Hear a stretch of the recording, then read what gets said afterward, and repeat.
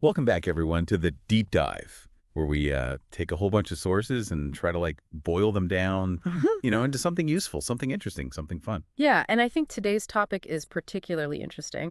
We're going to be diving into Indonesia's economy. A lot going on over A there. lot going on, and we've got some great sources today to kind of help guide us through this journey. We've got articles from the Jakarta Post, we've got Nikkei Asia, The Diplomat, CNA, Asia Times, even some market reports. Yeah, so quite a variety there. But I think a really good place to start would be with this whole situation with Shritex. Yes, definitely. So for our listeners who maybe aren't familiar, Shritex, this is a textile company, Huh? one of the biggest textile companies in Southeast Asia, Your biggest? the biggest. And they are on the verge of bankruptcy. Yeah, it's really quite a stark picture, I think, of the challenges that Indonesia is facing in certain industries right now. And what's really interesting about it to me is it's not just a business story, right? This is like a potential sign of broader economic vulnerabilities. Yeah, absolutely. So, Sritex, they're saddled with almost 25 trillion rupiah in debt. Yeah. And a lot of that is due to shrinking global demand for textiles, right?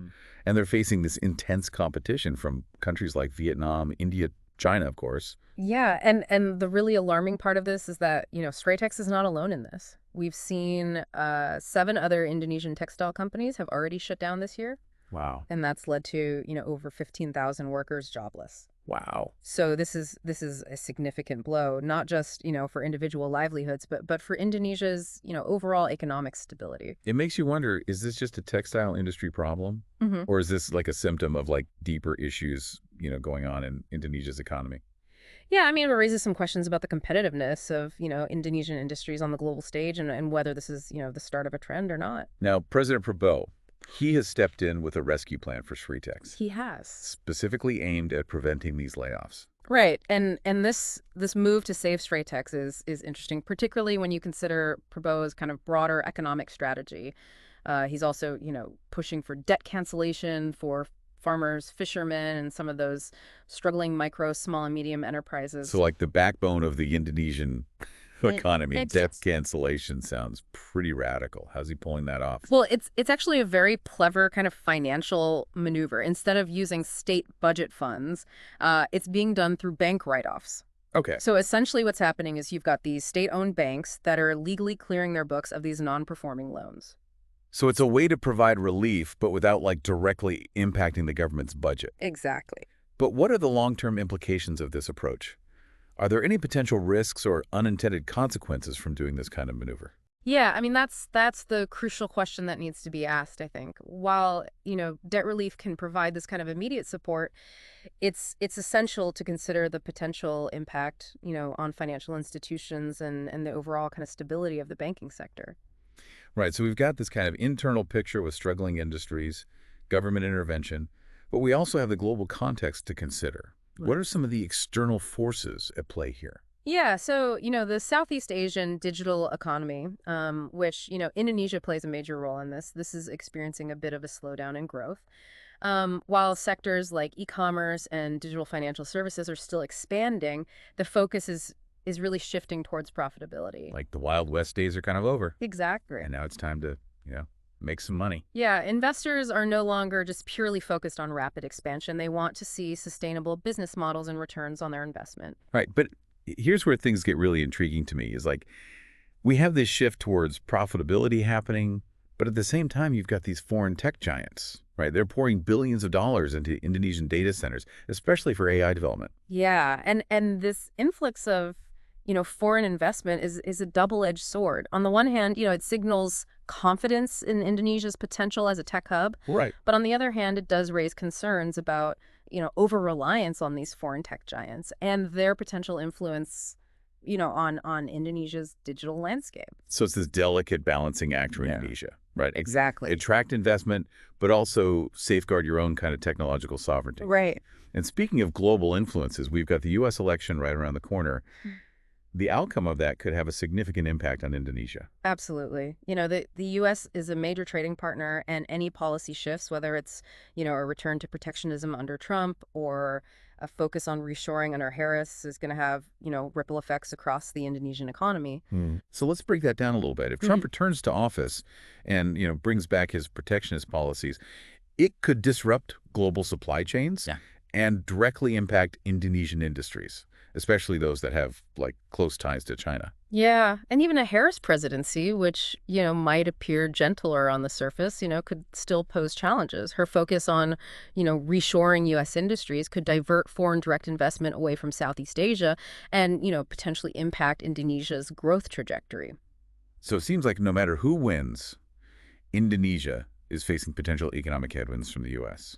Yeah, and I think this really underscores just how interconnected the global economy is and how, events in one part of the world can have, far-reaching consequences. Right, so everything's kind of tied together. Exactly. And it highlights the challenges of, navigating this complex global landscape and the need for, strategic planning to mitigate these potential risks. Now let's turn our attention to a resource that plays a significant role in the Indonesian economy: palm oil. The minister seems quite confident about boosting palm oil production, which is a major export for the country. Right, but palm oil is a highly controversial commodity. Yeah. It's linked to deforestation, habitat loss, and biodiversity decline, which has, sparked international criticism and calls for, more sustainable practices. So it's a classic dilemma, right? Balancing economic growth with environmental protection. Yeah. On the one hand, palm oil is a crucial source of income for many Indonesians. On the other hand, its expansion comes at, a pretty significant environmental cost. Right, and I think this tension between economic development and environmental sustainability is a recurring theme that we're seeing, throughout our deep dive today, and it's one that we'll continue to explore as we, unpack all these kind of interconnected issues. Yeah, it's definitely not a simple story. It's very complex, It is very with a lot of different factors at play. Lots of moving parts. Lots of moving parts. Absolutely. Yeah. Um, But I think this is a good place to kind of pause for a second, catch our breath. Yeah. And when we come back, we'll continue to kind of unpack all of these interconnected issues. Sounds good. All right, we'll be right back after a quick break. So it's fascinating how all these economic decisions, they often come with these environmental strings attached. But before we get too deep into the whole palm oil debate, let's circle back to Prabowo's kind of ambitious plans for state-owned enterprises. Right. Specifically, his creation of this new state holding company, Danantara. Yes, this has definitely raised some eyebrows. It has. It's a bold move. It is. The idea is to kind of consolidate these key SOEs under Danantara's management, potentially mimicking Singapore's Temasek model. Right on paper, it sounds, like a pretty good way to streamline operations, boost efficiency, attract more investment. Right. But some of our sources paint a less optimistic picture, right? They do. Suggesting that Danantara could become a way for Prabowo to bypass traditional financial oversight and potentially, funnel funds into pet projects. Yeah, and I think that's a valid concern, the lack of transparency surrounding Danantara's structure and the appointment of Mulyaman Haddad, who, has ties to a somewhat controversial former central bank governor, has definitely fueled those anxieties. It's a bit like building a high-speed train, right? Okay. It has the potential to be incredibly efficient and beneficial. But if the tracks aren't laid properly, it could easily go off the rails. That's a great analogy, I think, for Danantara to really succeed. It needs strong governance, it needs clear guidelines and a demonstrable commitment to transparency. Right. Otherwise, it does risk becoming a vehicle for political maneuvering rather than a driver of, genuine economic progress. And that brings us back to a key theme that we've been touching on throughout this whole conversation, which is the importance of trust and confidence in Indonesia's institutions, especially when it comes to attracting foreign investment. Absolutely. Investors need to feel assured that the rules of the game are clear and that they're consistently applied. Any perception of favoritism or lack of transparency can very quickly erode that confidence. And then you throw in the looming U.S. election, right? Right. Adds another layer of complexity to all of this. Yeah.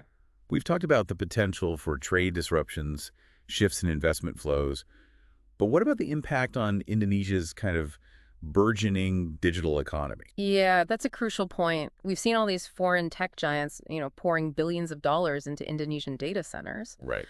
But what happens if a new U.S. administration, adopts policies that prioritize data localization or restrict technology transfer? Right. Could have a real chilling effect on those investments. It could. Potentially, slowing down Indonesia's digital growth, limiting its access to cutting-edge technologies. Exactly. And I think it underscores the need for Indonesia to really cultivate its own tech ecosystem, foster homegrown innovation and reduce its reliance on these foreign tech giants. So almost like a call for greater digital sovereignty. Yeah, This balancing act between embracing the opportunities of the global tech landscape, but also safeguarding Indonesia's own interest and independence. exactly. And I think diversification is essential here.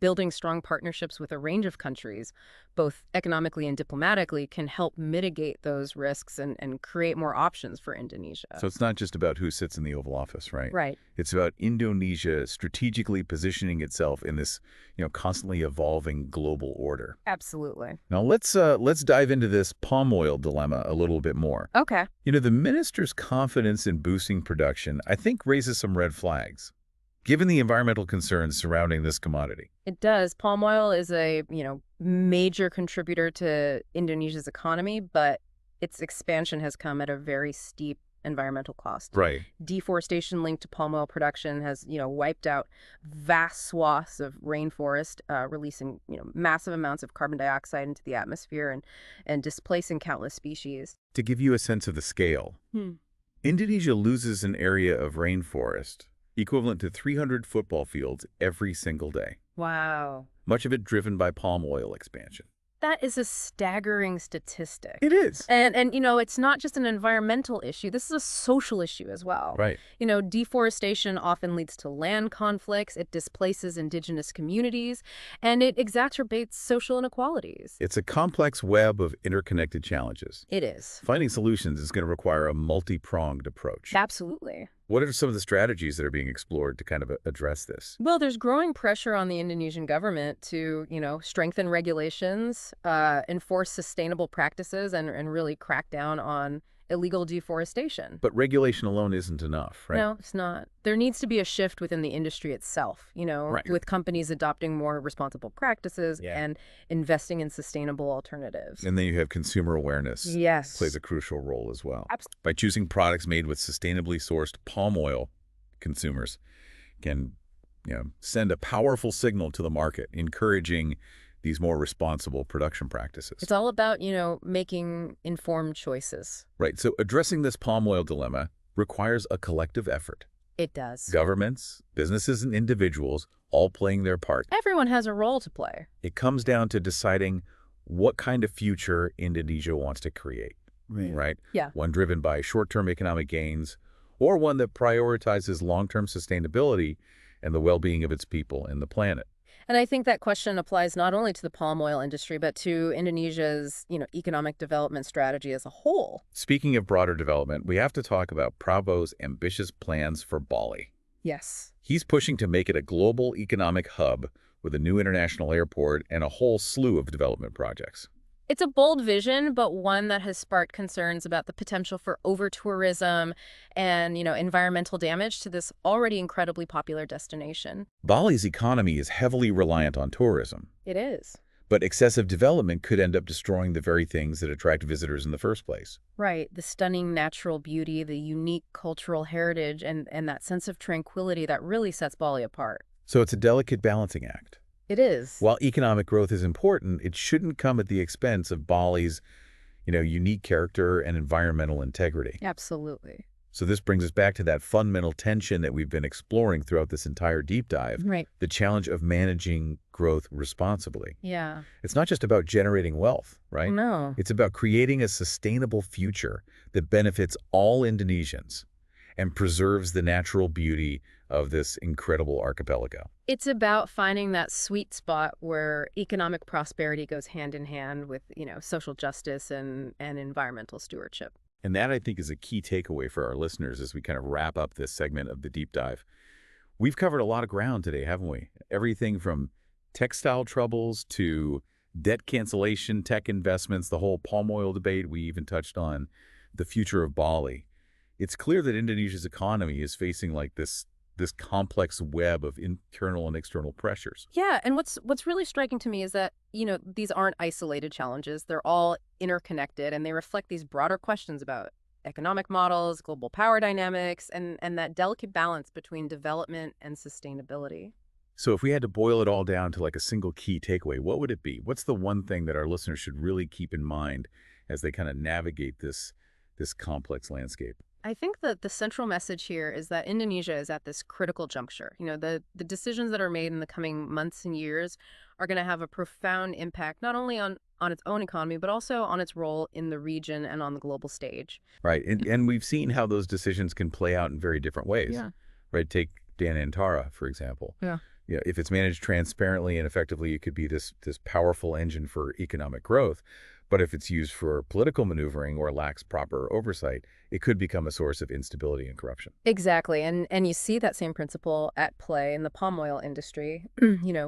Will Indonesia embrace a more sustainable path, balancing economic development with environmental protection, or will it prioritize those short-term gains at the expense of its forests and the livelihoods of its people? And then you throw on top of all of that the wild card of the U.S. election, which could reshape global trade patterns, influence investment flows, and potentially even disrupt Indonesia's digital ambitions. Right, so much uncertainty. So much uncertainty. Right. But in the face of all of this, I think one thing is clear. Indonesia has agency, right? They're not just a passive recipient of global forces. Yeah. They have the power to shape their own destiny. They absolutely do. And I think that brings us to a crucial point for our listeners. This isn't just about observing these developments from a distance. It's about understanding how they connect, how they might impact, your own work, your own investments, or even your own understanding of the world. Right. It's about recognizing that the Indonesian economy isn't just this abstract concept. It's a living, breathing system that impacts real people's lives every single day. Every single day. So what can our listeners do to kind of navigate this complexity? How can they stay ahead of the curve and make sense of these interconnected challenges? Well, first and foremost, stay informed. Keep your finger on the pulse of these developments by following reliable news sources, engage with experts, and really seek out those diverse perspectives. Right. Don't just rely on the headlines. Dig a little bit deeper, ask those critical questions, and really try to understand those underlying forces at play. Exactly. And second, be adaptable. The global landscape is constantly shifting, and Indonesia is no exception. Be prepared to adjust your strategies, reassess your assumptions, and embrace those new opportunities as they arise. And finally, I think it's important to remember that even amidst all of this complexity, individual actions can make a difference. They can. Support businesses that are operating sustainably, advocate for policies that promote responsible development, Yeah. and use your voice to champion the values you believe in. The future of Indonesia is still being written, and we all have a role to play in shaping that narrative. Very well said. Yeah. And on that note, I think we've reached the end of our deep dive into Indonesia's economic landscape. We hope this has provided you with some valuable insights and maybe even sparked some new questions for you to explore. Keep learning, keep questioning, and keep diving deeper. Until next time, thanks for joining us on The Deep Dive.